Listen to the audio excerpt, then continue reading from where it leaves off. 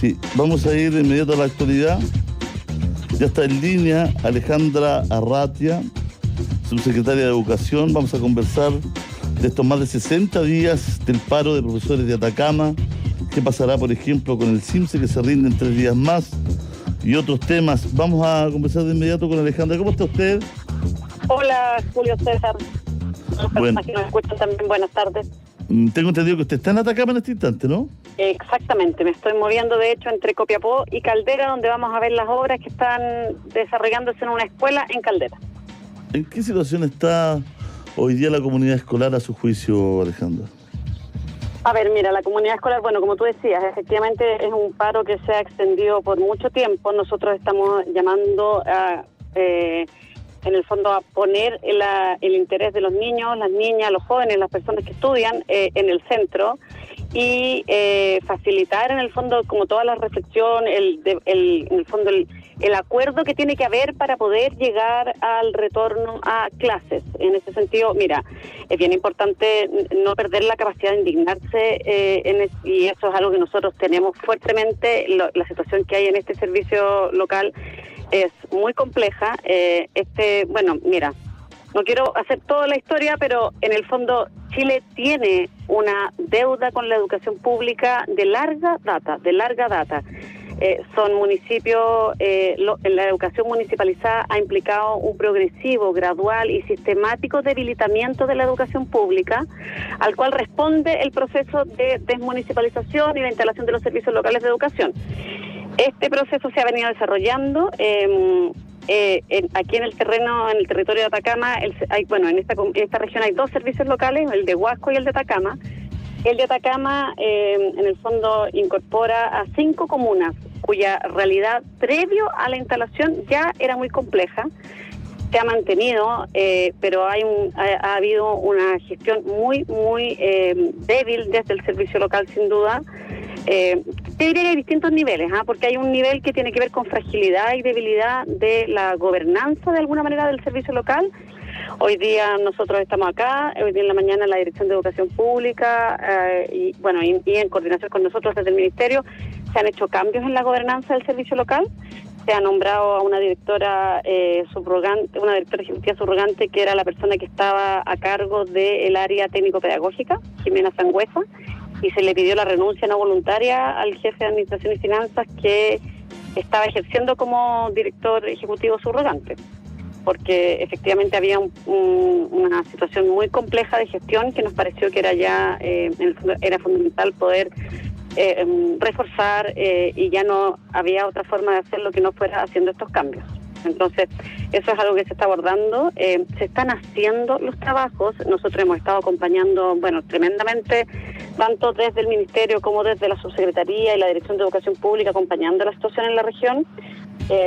Y se ha ido avanzando, se están haciendo los trabajos. En este momento hay más de 30 escuelas, 36 escuelas en las cuales se están haciendo obras. Las obras, hemos tenido una conversación, un trabajo de diálogo con el Colegio de Profesores. Se han hecho 2 propuestas para el retorno. Lamentablemente esas propuestas no han sido aceptadas. Ellos plantean que tiene que ser o vuelven todos o no vuelven ninguno.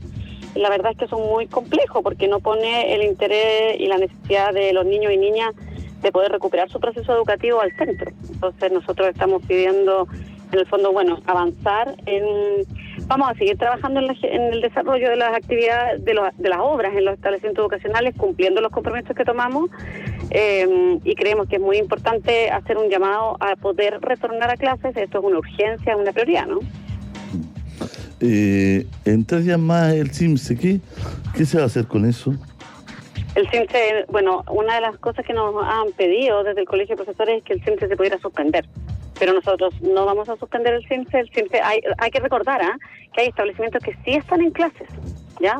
De hecho, este servicio local son 78 establecimientos, hay 18 establecimientos de educación parvularia que están trabajando normalmente, hay 14 establecimientos de educación escolar que también están trabajando normalmente, y por lo tanto suspender el CIMSE sería una medida que va no en la línea correcta. Nosotros no queremos, así como también nos han pedido.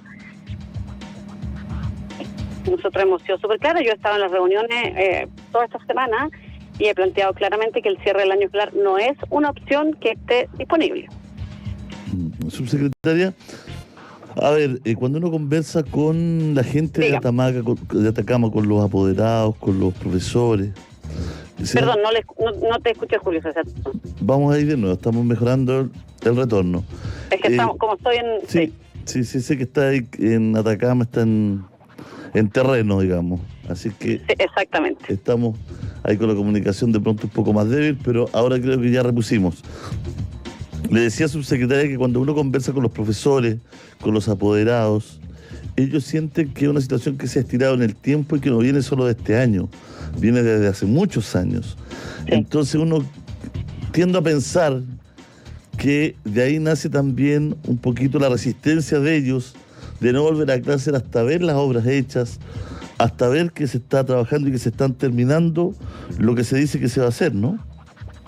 Sí, mira, uno puede entender y uno puede empatizar con la frustración, porque efectivamente esto es una situación que se ha mantenido por mucho tiempo, o sea, años. O sea, de hecho nos contaban el otro día, incluso algunas de las escuelas, como tenían problemas desde al menos el 2015, y esto se ha mantenido. Como yo te decía, efectivamente la municipalización implicó un debilitamiento muy sistemático de la educación pública y eso efectivamente se ve. Los años de pandemia además aumentaron el debilitamiento de la infraestructura, la falta de mantención.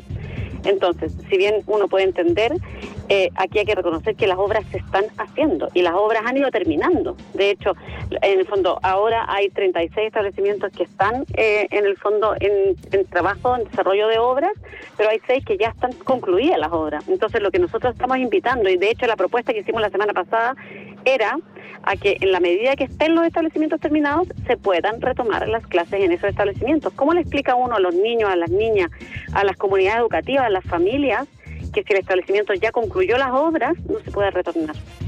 La verdad, creemos además que por más legítimas que sean las demandas, y son demandas que, por supuesto, nosotros estamos trabajando en responder a ellas, pero por más legítimas que sean las demandas, no creemos que la vía sea poniendo en juego, poniendo en jaque la continuidad del proceso educativo de los niños y las niñas. Claro, Creemos que esa nunca debe ser la estrategia. Claro, pero uno entiende desde afuera que la desconfianza está instalada y que piensan que pueden arreglar 2 o 3 colegios y ninguno más. Yo creo que eso es lo que pasa. Confianza no hay. Y eso es lo que estamos reconstruyendo a través del trabajo. De hecho, nosotros entregamos en el fondo, un plan en que hay fechas para cada uno de los establecimientos, entendiendo que efectivamente hay que poner en el fondo, de alguna manera, como el compromiso en concreto, ¿no?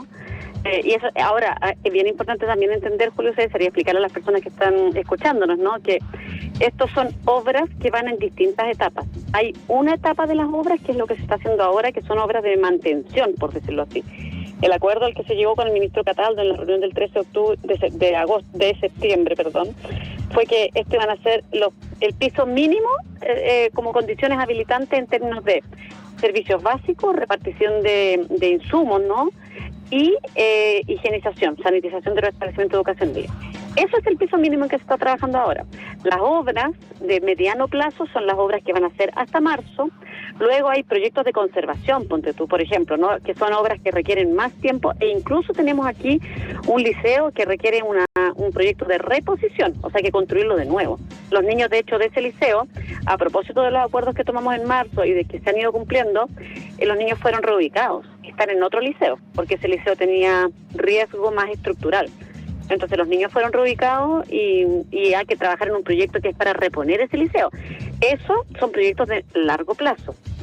¿Y cómo se explica que hayan pasado 60 días hasta que empiece todo este operativo a trabajar, subsecretario? Es que eso no es real, De hecho, yo fui para allá, he estado viniendo desde mi primer viaje en esta vuelta. Vine ya en marzo y en esta vuelta he estado viniendo desde el 6 de septiembre. Entonces no es que se esté trabajando después de 60 días. Lo que pasa es que el acuerdo al que se llegó con el Colegio de Profesores en la reunión del 13 de septiembre fue este que te acabo de comentar respecto a los pisos mínimos, pero la primera parte de ese acuerdo era que se iban a visitar todas las escuelas en un equipo en que iba a estar personas del servicio local y personas del Colegio de Profesores. Entonces, toda la primera etapa fue eso. Fue, de alguna manera, ir con ellos. De hecho, se construyó, por ejemplo, una ficha en conjunto. Se construyó una ficha en conjunto con ellos y se fue a visitar los 60 establecimientos con ellos para ver bien con ellos cuál era el diagnóstico de lo que había que hacer, ¿no? Ahora, también esto, y quiero también como complejizar un poquito el análisis, ¿eh? Porque aquí hay una serie de cosas que se han venido haciendo, estas que te estoy contando. Pero además también aquí hay otra variable, la que te comenté hace un rato, respecto a la fragilidad de la gestión del servicio local, que efectivamente nosotros, o sea, hoy día la Dirección de Educación Pública hizo los cambios y hoy día tuvimos una reunión bastante buena, de hecho, de la nueva directora con los directores de establecimientos educacionales. Pero además hay otros elementos que tienen que ver con que esta es una ley que implica un cambio muy complejo en la política educativa en Chile. Implica un cambio muy complejo en la estructura como se organiza la educación pública. Y por lo mismo, la ley, cuando se legisló en el Congreso, esto se aprobó transversalmente en el Senado y en la Cámara de Diputados, ¿no? La ley definió dos variables que tienen que ver con esa complejidad. La primera es una implementación gradual. Esto, de hecho, son 70 servicios locales, llevamos 11, y definió que iba a haber un año, el 2021, en que no se iban a instalar servicios locales, e iba a haber la segunda variable, que es un consejo de evaluación de cómo evoluciona esta ley. Cuando hay reformas tan complejas, es bien importante poder ir monitoreando cómo avanza e ir identificando ciertos elementos que es necesario modificar. El informe de evaluación de este consejo, que de hecho es un consejo permanente, de hecho a mí en mi rol actual me toca presidir ese consejo, ¿no? Se identificaron algunos elementos que era necesario modificar en la ley. Hay un proyecto de ley que está en el Congreso en este momento para poder hacer parte de esas modificaciones. El ministro Cataldo, cuando llegó, pidió que se profundizara ese proyecto de ley, porque creemos que es importante que se haga cargo de una forma un poco más robusta, ¿no?, de las recomendaciones del Consejo, y estamos trabajando en eso porque efectivamente es necesario hacer algunas modificaciones a la ley. Te pongo un ejemplo. En un servicio local, por ejemplo, como el servicio local es un servicio público, pero el servicio local es sostenedor de todos los establecimientos. Aquí son 78 establecimientos. Si un profesor, una profesora, un educador de párvulo se enferma y está con licencia, está con licencia un mes, por ejemplo, se tiene que contratar un reemplazante, por supuesto, ¿no?, porque hay que cubrir el rol que realiza. Pero esa plata de esa licencia médica, al recuperarse, no puede ir al servicio local, tiene que volver a las arcas fiscales, por las condiciones en que funcionan los servicios públicos, ¿no? Pero eso implica que cuando un profesor se enferma, se genera de alguna manera un costo adicional para el servicio local. ¿Me explico? Entonces son elementos de gestión. O, por ejemplo, las formas de contratación. Las formas de contratación del sistema público son más complejas. Y está bien que sean complejas porque, son recursos públicos, son recursos fiscales, hay que asegurar el adecuado uso de esos recursos. Pero eso implica que la temporalidad, los tiempos para la contratación, para las compras, son un poco más lentos. Entonces hay que ver aquí cómo, en el fondo, compatibilizar de la mejor forma posible el rol de servicio público y sostenedor. Y eso es lo que nosotros, de lo cual nos estamos haciendo cargo a través de, estamos trabajando a través de distintas vías, porque hay una vía que también estamos trabajando, que son las glosas del presupuesto y indicaciones para la ley de reajuste. En la ley de reajuste muchas veces se hacen aclaraciones que tienen que ver con el marco normativo, cómo funciona el Estado, y nosotros estamos haciendo eso, estamos en el proceso de desarrollo de esas indicaciones, y en paralelo en la modificación de la ley 21.040, que es la ley que crea el sistema de educación pública. ¿Qué pasa con los SLEP de Atacama? Los SLEP de Atacama tienen algunas denuncias, se habla de fuga de dinero, se habla que se ha perdido plata ahí. ¿Cómo lo...? Mira, en Atacama son dos SLEP, en la región de Atacama, digamos, son dos SLEP. El SLEP de Huasco, que es de Copiapó hacia el sur, ¿ya?, y el SLEP de Atacama, que es al que tú te estás refiriendo, que es de Copiapó en el fondo hacia el norte. Caldera, Chañaral, Copiapó, Diego Almagro y Tierra Amarilla, ¿ya? Efectivamente, de hecho, cuando nosotros asumimos como gobierno en marzo del año pasado, el actual ministro, que en este momento era subsecretario, en el fondo, teniendo a la luz una serie de informaciones que habían respecto a problemas en el servicio local, comenzó un sumario de remoción para el director ejecutivo titular. Ese sumario de remoción está en curso y en el fondo se tiene que terminar para que pueda iniciarse el proceso de concurso de una nueva jefatura. En paralelo, yo cuando llegué este año, que viene para acá en marzo, uno de los compromisos, de hecho, que asumimos fue hacer una auditoría. Y esa auditoría generó una serie de conclusiones que hablaban de hechos, de hallazgos bastante preocupantes. Nosotros enviamos todos los antecedentes como ministerio al Consejo de Defensa del Estado, a la Contraloría General de la República y al Ministerio Público, porque efectivamente había antecedentes que son muy preocupantes. Pero ahí, ¿qué pasó con el dinero? Mira, más que, eso es producto de la investigación, pero en el fondo lo que se señala en las auditorías es que hay transferencias entre cuentas, en el fondo que pueden ser como, no necesariamente tiene que ver con que desaparezcan los dineros, sino que tiene que ver con la gestión financiera, en el fondo, ¿entiendes?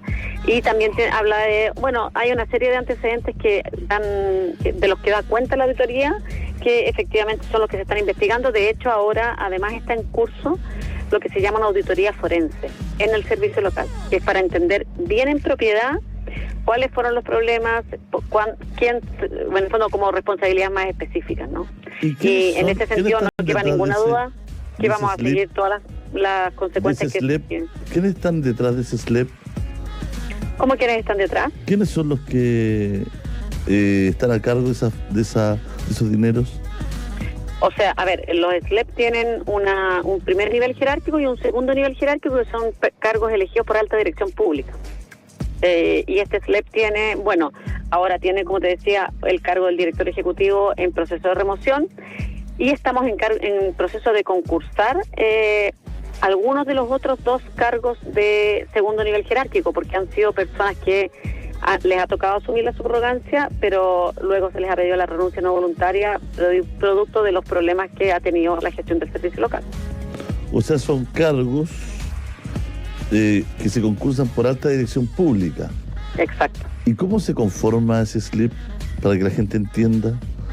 ¿Cómo se conforma en términos de cómo se organiza? Sí, ¿cómo se organiza? Mira, todos los servicios locales tienen, esto es bien importante, todos los servicios locales, como son servicios públicos, tienen una dotación que está definida por ley, ¿ya? En la ley de presupuesto y en la ley que crea los servicios locales, en el fondo está definido cómo se organiza.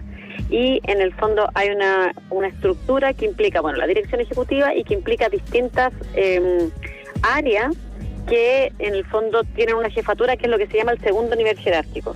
Ahí está, por ejemplo, el área de administración y finanzas, hay otra área que es de gestión de personas, un área de apoyo técnico-pedagógico, un área de relacionamiento como territorial, que es relación con todo el entorno, ¿no?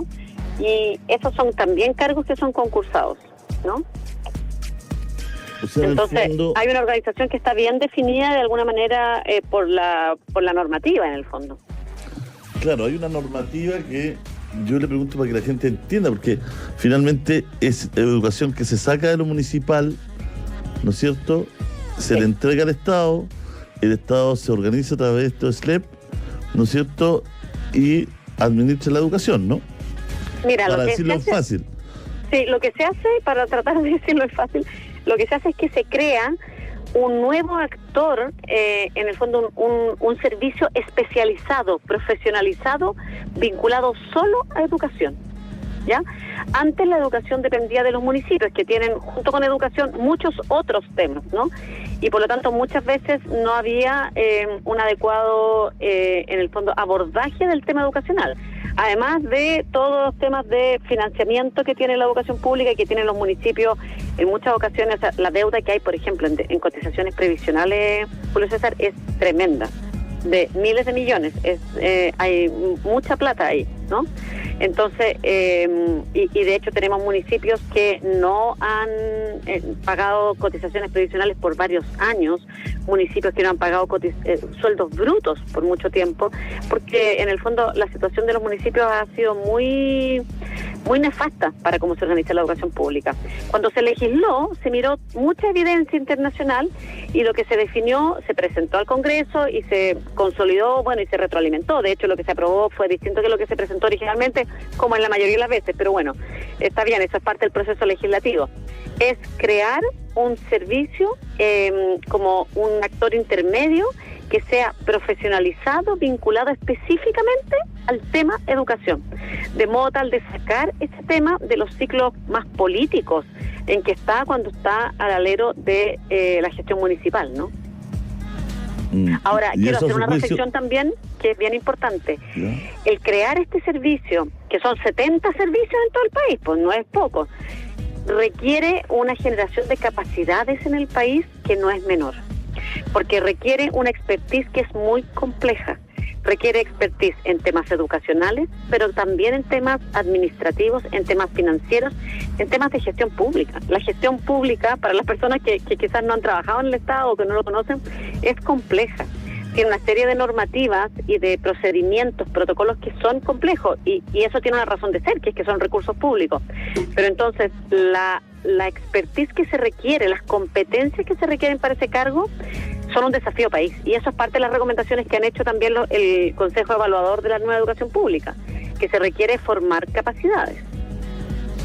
Aquí teníamos la denuncia que en Vallenar, por ejemplo, se contrataba personal sin título y de mala reputación, que en otros lados estaban sobrepagadas algunas personas que no tenían experiencia de trabajo en el Estado. Y así puedo sumar y sumar y sumar. Entonces, claro, hay que tener... Alguien tiene que estar ahí fiscalizando también estos SLEP. Bueno, por cierto, si cualquier persona tiene denuncias, es importante que se hagan esas denuncias. Como te digo, estos son servicios públicos y por lo tanto están sujetos a todos los controles que tienen los servicios públicos, Contraloría General de la República. Hay procesos de auditoría, como por ejemplo lo que nosotros acabamos de hacer desde el Ministerio con el servicio local de Atacama. Esto tiene institucionalidad, pero se está creando una institucionalidad nueva y eso requiere distintos procesos de apoyo, ¿no? Por un lado, el desarrollo de capacidades, por otro lado, el ir monitoreando e ir viendo dónde es necesario hacer cambios, y por otro lado también hacer procesos como de acompañamiento, que es como lo que nosotros, por ejemplo, estamos haciendo ahora en este servicio local de Atacama. Bueno, estábamos ahí viendo, hay mucha gente que nos escribe también, precisamente hablando de esto, ¿no? Subsecretario, le vamos a dar las gracias. Muchísimas gracias que nos a han usted. entregado. Esperamos que todo salga bien. Ojalá las clases se reanuden y ojalá los colegios de la región, ¿no es cierto?, de Atacama tengan una mínima dignidad para poder que trabaje la comunidad educativa en paz ahí. Estamos trabajando decididamente en eso. Aquí es muy importante dar la tranquilidad de que se está trabajando, nos estamos haciendo cargo también de los compromisos de las modificaciones legales para mejorar esto a nivel de sistema, y creemos que lo fundamental aquí es poner la experiencia formativa de niños, niñas, jóvenes al centro, de modo tal de poder recuperar las clases cuanto antes. Eso es una prioridad y es una urgencia para nosotros como ministerio. Muchas gracias, que esté bien. Gracias a usted, hasta luego. Hacemos un corte, volvemos de inmediato.